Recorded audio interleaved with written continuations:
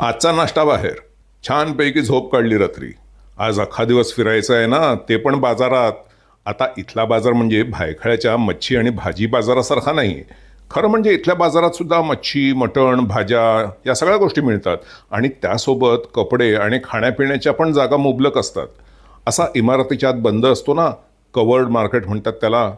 Shopping mall असतो ना, त्यातील सुंदर सुंदर दुकाने काढून भाजी मटणाची दुकाने घातली म्हणजे झाला इथला बुडापेस्टमधील सेंट्रल मार्केट हॉल. पण इथला बाजार एवढा प्रचंड आहे की त्याच्यामध्ये 3-4 मोठे असे शॉपिंग मॉल सहज सामावतील. कदाचित मुंबईच्या दादर स्टेशनपेक्षा सुद्धा मोठा असावा. असावा मी यासाठी म्हटलं कारण मी स्वतः गेले 40 वर्षे भारतामध्ये आलेलो नाही ना. मात्र 40 वर्षांमध्ये दादर स्टेशन फारसे बदलले नसावे, कारण त्या स्टेशनला वाढीस जागाच नाही कुठे. खरं म्हणजे दादर स्टेशनची ही जागा ही भारतातील सर्वात यशस्वी अशी व्यापारपेठ होऊ शकते. कसं कसं विचारा. अहो, दादर स्टेशनच्या आजूबाजूला वाढीस बिलकुल जागा नसेल, मात्र स्टेशनच्या वर सगळं मोकळं आहे. स्टेशन जसेच्या तसे खाली ठेवून त्याच्यावर त्याच्याच आकाराचे 4-5 माळे 3-4 वर्षात सहज चढवता येतील. पहिला मजला भाजी आणि मच्छी बाजार, आणि हो, स्टेशन बाहेरील रस्त्यावरील प्रसिद्ध असा तो फुलांचा बाजार, तो सुद्धा इथे वर पहिल्या मजल्यावर. त्यांची फुले सुद्धा टवटवीत राहतील. आता पहिल्या मजल्यावर फुले टवटवीत कशी राहतील विचारा. अहो, वरचे सगळे मजले वातानुकूलित नाही का, काय ते मराठीत म्हणतात एअर कंडिशन्ड. मग फुले दिवसभर टवटवीत राहणार की नाही. रस्त्यावरील भाज्या, फळे, फुले हे मुंबईच्या उष्णतेने खराब होऊन जितकं नुकसान होतं, त्याच पैशात सगळ्यांना वातानुकूलित थंड हवा दिवसभर पुरवता येईल. तुम्ही तिथे थंड होईपर्यंत आम्ही इथे स्टारबक्समध्ये गरम गरम कॉफी पिण्यासाठी थांबलो. म्हणजे काय, अगदी ताज्याने बाजार फिरता येईल. या चौकासमोरच आहे त्या बाजाराची इमारत. खायला प्यायला आम्ही त्या बाजारातच घेऊ असे म्हणतो. कॉफी पिता पिता उद्याची काय तयारी करायची आहे ते पण ठरलं. तुम्हाला माहिती आहे ना, बुडापेस्टमधील आजचा आमचा हा शेवटचा दिवस. मात्र सहलीचा शेवट नाही. उद्या आम्ही इथून दूर अशा हंगेरीतल्या एका गावाला जाऊन राहणार आहोत. ट्रॅमचं स्टेशन अगदी बाजाराच्या दारासमोर, म्हणजे अगदी दादरसारखेच नाही का. अरे हो, आपल्या दादरच्या बाजाराचे आपले वरचे माळे बांधायचे राहिलेत अजून. पण त्याआधी बघा हा सेंट्रल मार्केट हॉल. च्या मारी किती मोठा आहे. अरे, बदकाचं काळीज माझा सर्वात आवडता खाद्यपदार्थ. गूज म्हणजे गूचं अनेक वचन नाही काय. बदकापेक्षा मोठा मात्र हंसापेक्षा लहान असा एक पक्षी, त्याला गूज म्हणतात. इस्रायलमध्ये याचा किलोचा भाव अंदाजे $125 आसपास आहे, म्हणजे जवळजवळ 10,000 रुपये झाले किलोला. इथे त्या मनाने फार स्वस्त आहे. आता इथल्या सगळ्या पदार्थांचे मी तुम्हाला काय सांगत बसू. लाडू विकणारी बघा, लाडूचेच प्रकार बघा इथे किती आहेत ते. अरे, एक सूचना मी तुम्हाला आधी द्यायला विसरलो. तुमच्यापैकी जे शाकाहारी असतील ना, तुम्ही नका रे हा व्हिडिओ बघू. आतापर्यंत जितकं पाहिलं ते ठीक आहे, पुढे काय काय बघावं लागेल. नका रे शाकाहाऱ्यांनो, अहो दया करा माझ्यावर. हा व्हिडिओ बंद करा, पाया पडतो मी तुमच्या. आताच्या आता स्किप करा या व्हिडिओला. रागावणारे शाकाहारी गेले. बाकी उरलेले शाकाहारी म्हणजे हुशार आणि जिज्ञासू शाकाहारी. बघा किती रंगीत रंगीत फळं आहेत इथली. आहेत ना. मग आपल्या ताटाबाहेरील सुद्धा जग पाहावं माणसाने, माहिती असावी. मात्र शाकाहाऱ्यांसाठी मी एक खास काम देतो. गेल्या व्हिडिओमध्ये शहरभर फिरलो, मात्र रस्त्यावर कुठेही एकाही ठिकाणी कचरा दिसला नाही. आणि हा तर बाजार. पुढे मच्छी, मटण म्हणजे सगळं ओलं असणार. तर मग तुम्ही आता शोधायचं, या सबंध बाजारात जमिनीवर कागदाचा साधा कपटा दिसतो का म्हणून. शाकाहारी डोळे बंद. तिच्या आईच्या गावात. मला वाटलं आई मला ही पोरगी दाखवत आहे, आणि ही पोरगी मला काय दाखवत आहे. हिला दाखवण्यासारखं पण नाही माझ्याकडे काय. पुढे इथे मटणाची अळी आहे. अळी आहे म्हणजे सफरचंदामध्ये सापडते तशी नाही काय, गांडू यासारखी नाही काय अळी. अळी म्हणजे एकाला एक लागून दुकाने आहेत, जिथे आम्ही आता जात नाही. अहो, अजून वरचा माळा बघायचा आहे.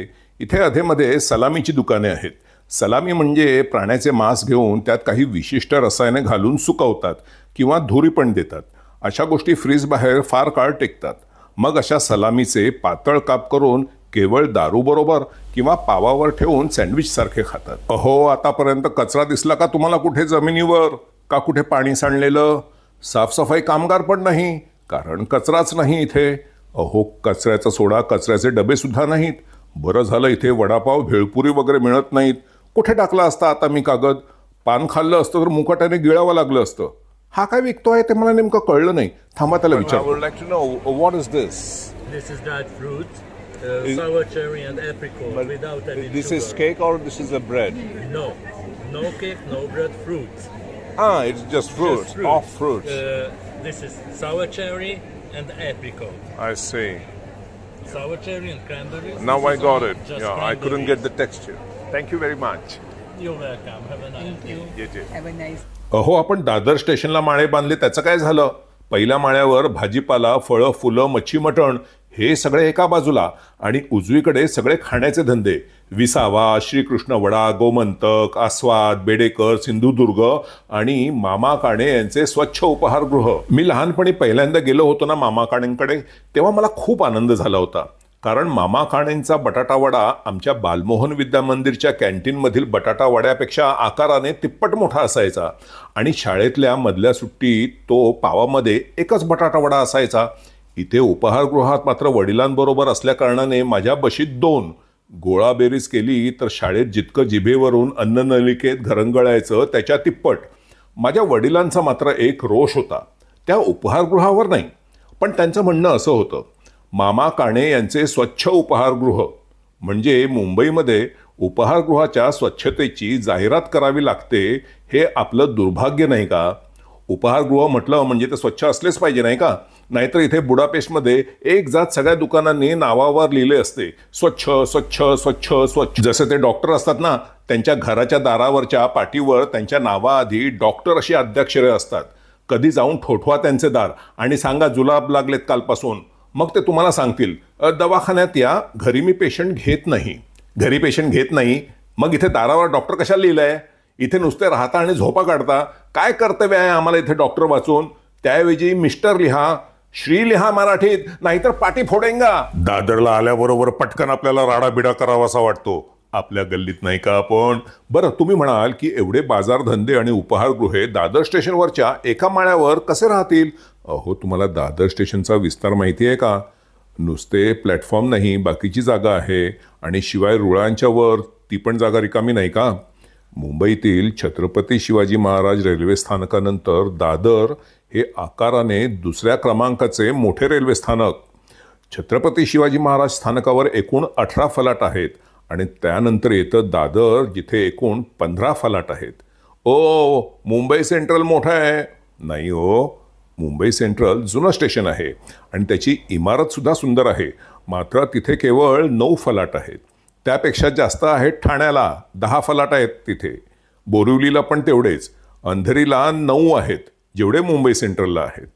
तर दादरचे 15 फलाट आणि रेल्वे मार्गावरील विस्तीर्ण जागा, त्याच्यावरच्या माळ्यावर बाजार धंदे आणि उपहारगृहे सर्व राहू शकतात आणि पावसाळी वातावरणात अगदी सुखाने नांदू शकतात. हा बाजार बघा कसा. कडाक्याचा उन्हाळा असो का गोठवणारी थंडी असो, हा बाजार नेहमी असा भरलेला आणि सुटसुटीत.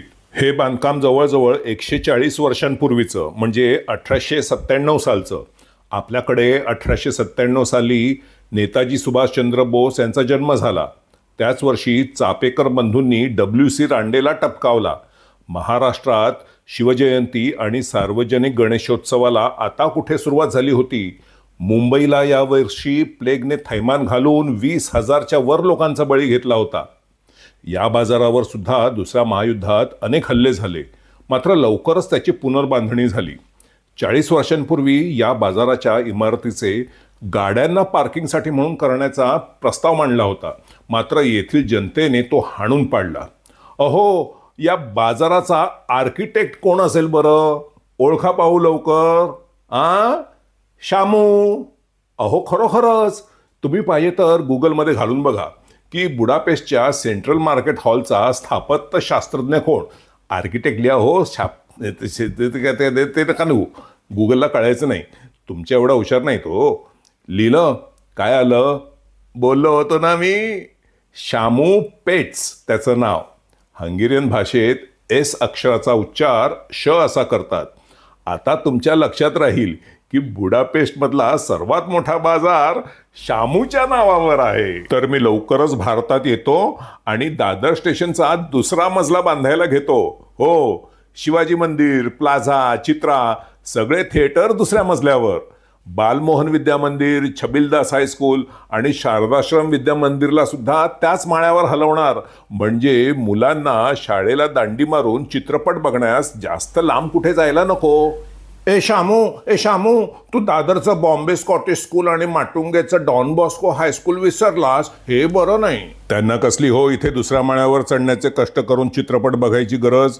आपण जे पडद्यावर पैसे देऊन बघतो ते त्यांना त्यांच्या घरात सकाळी दात घासताना दिसतं, त्यांना संडासात जाताना बघताना. दादर स्टेशनवरची गच्ची जी मोकळी राहील ना, तिथे मी अगदी एक खास गोष्ट बांधणार आहे. तुम्ही पण आपली कल्पनाशक्ती लढवून विचार करा की वरच्या गच्चीवर काय करता येईल. माझी कल्पना मी तुम्हाला थोड्या वेळाने सांगतो. पण तोपर्यंत तुमचं इथल्या या गोष्टीवर लक्ष गेलं असेल, ते म्हणजे येथील वयस्कर आणि म्हातारे लोक.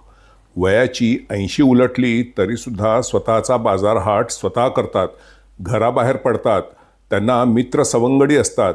बाजारानंतर बाहेर जाऊन कॉफी किंवा बियर पितात, बिनधास्त सिगरेट ओढतात.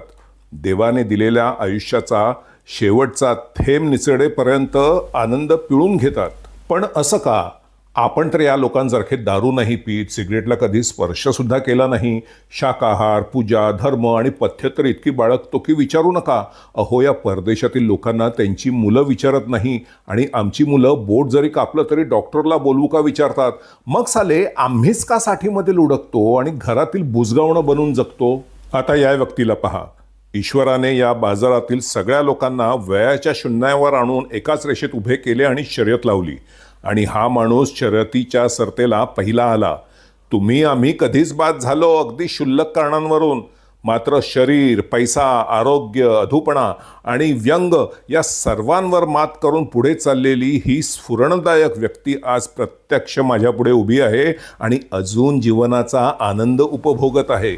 मग या माणसांचे या वयात चालते फिरते राहण्याचे रहस्य काय? रहस्य केवळ त्यांच्या आरोग्यात भार पाडते असे नाही, तर त्यांच्या कौटुंबिक जीवनात आणि स्वातंत्र्यात सुद्धा. आता हे रहस्य तुम्हाला सांगत बसलो ना तर आम्ही मात्र इथे उपाशी राहू. इथे बाजारात बसण्याची व्यवस्था असल्यामुळे आम्हाला थोडासा विसावा मिळाला.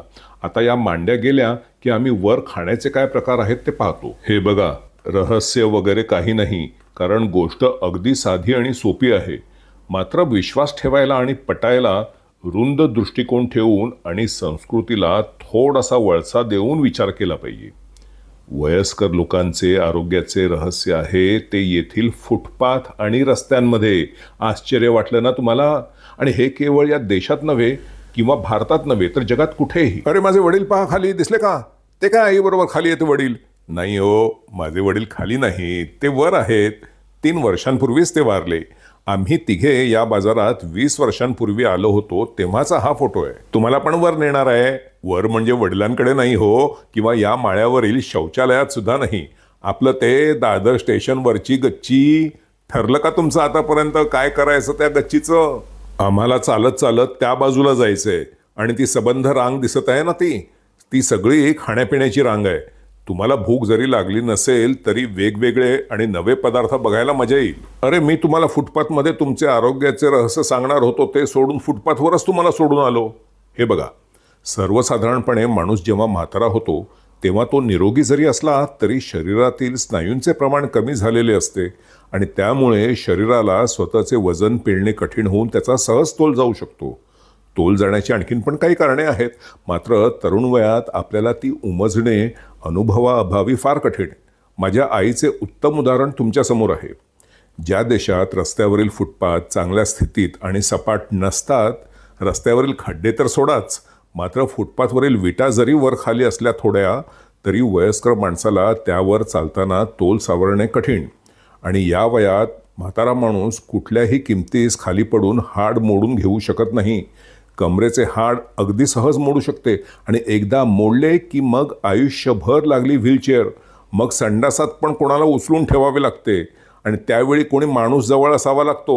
हगायला सांगून येत नाही कधी. अशा परिस्थितीत म्हातारा माणूस खचून जातो आणि संकट नको यावर उपाय म्हणून घराबाहेर जाणे टाळतो. काही जणांना तोल सावरण्यासाठी हातात काठी धरायला पण लाज वाटते आणि माणूस एकदा घरात बसला म्हणजे त्याच्या शरीराचा व्यायाम संपला. व्यायाम संपला म्हणजे होते ते कमजोर स्नायू आता आणखीन कमजोर होणार. शेवटी तो माणूस अक्षरशः सोफ्यावर किंवा खुर्चीवर आयुष्य काढतो. या वयात त्याचे अर्ध्याहून अधिक मित्र मेलेले असतात. उरलेले अर्धे त्याच्यासारखेच घरात बसलेले. माणसाचा बाहेरील जगाशी संपर्कच तुटतो. घरातील मंडळी असतील हो चांगली, मात्र काही वैचारिक संवाद किंवा गुजगोष्टी याचे रूपांतर आज तब्येत कशी आहे, औषध घेतलं का, खाल्लं का, अशा प्रकारच्या कंटाळवाण्या संवादात होऊन जाते. आम्हाला नाही विचारलं तुम्ही काय खाल्लं का. इथल्या गोष्टी दिसायला चांगल्या मात्र चवीचा काही भरोसा नाही. इथे खाण्याच्या गोष्टी पण महाग आणि बसायला सुद्धा व्यवस्थित जागा नाही. कदाचित कोल्ह्याला द्राक्ष आंबट. अहो आमची सहल लांबली आहे ना, जरा जपून पैशाचा विचार करावा लागतो. इथे तळमजल्यावर मोठं सुपर मार्केट आहे.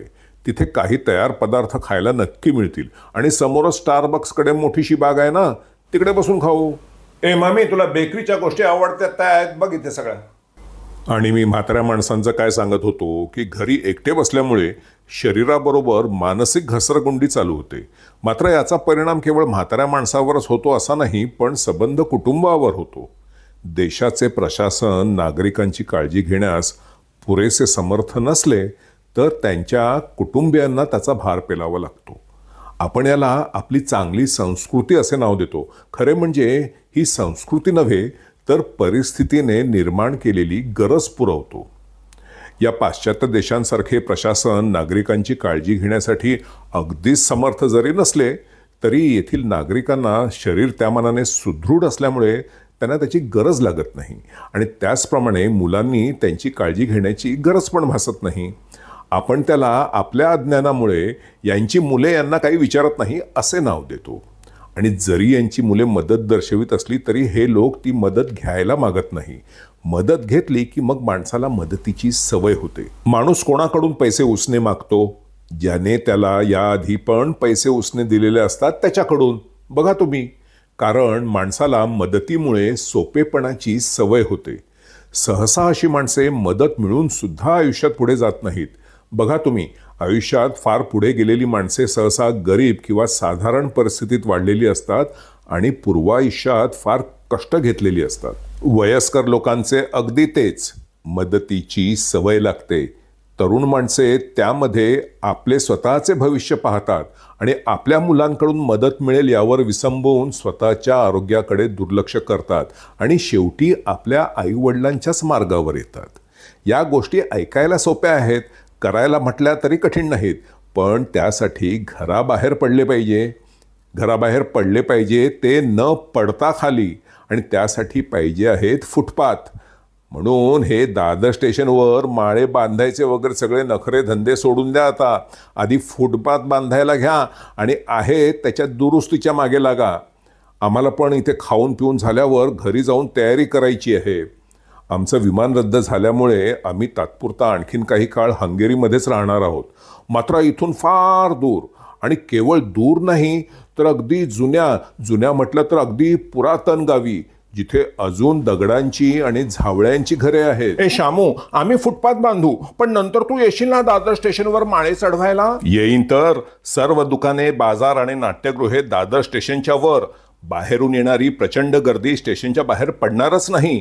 दादरकरांसाठी उरतील ते शांत आणि रम्य रस्ते. तिथला भाजी बाजार जाऊन रस्त्यावर दुतर्फा फळांची झाडे.